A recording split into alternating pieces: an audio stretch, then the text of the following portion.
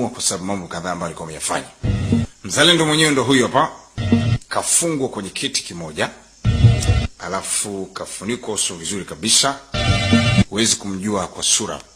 Lakini mbele kuna kamera mbili ambazo zinamuonyesha. Kwa hawezi kuiguswa. Makomando maalum, Special Forces, walikuwa wanazama katika mjengo huu kwa namna ya kipekee. Wanapitia juu kwa sababu chini kuna ulinzi mkali. Wakashuka na helikopta juu, alafu wanashuka wako mtu nne kwa upande wa huko wako nne. Kama kawaida mzee wanatembeaga saba hawa.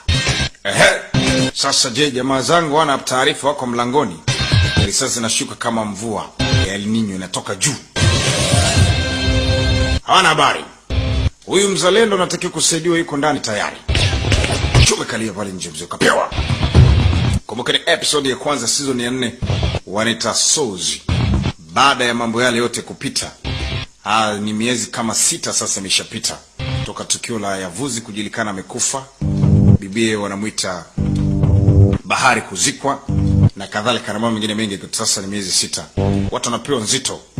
Special Force kama kawaida waliendelea na kazi yao kama kawaida, bila kujali kwamba kuna upungufu wa mtu muhimu kwa walikuwa wanaitwa Yavuzi Karasu.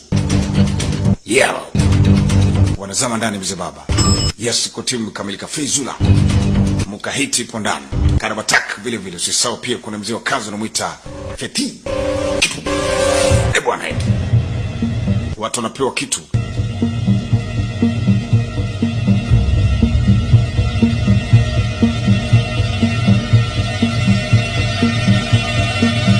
Fresh clear. Ndani. Kitu. Kamatwa. Bwana.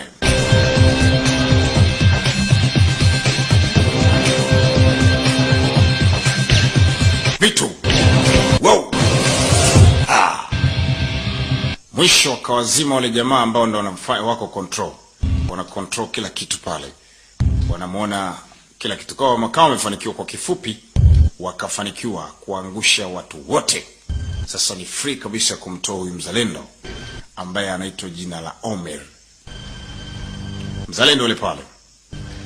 Kwa jamaa wanne wameshafika pale, watano. Ma Special Forces kani maalum hao. Kikosi maalum kutoka Kaibairi. Huku ni Istanbul.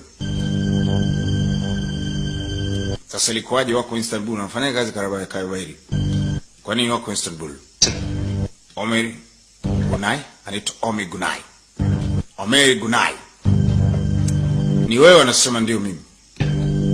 Hiçbirini merak etmiyor musunuz?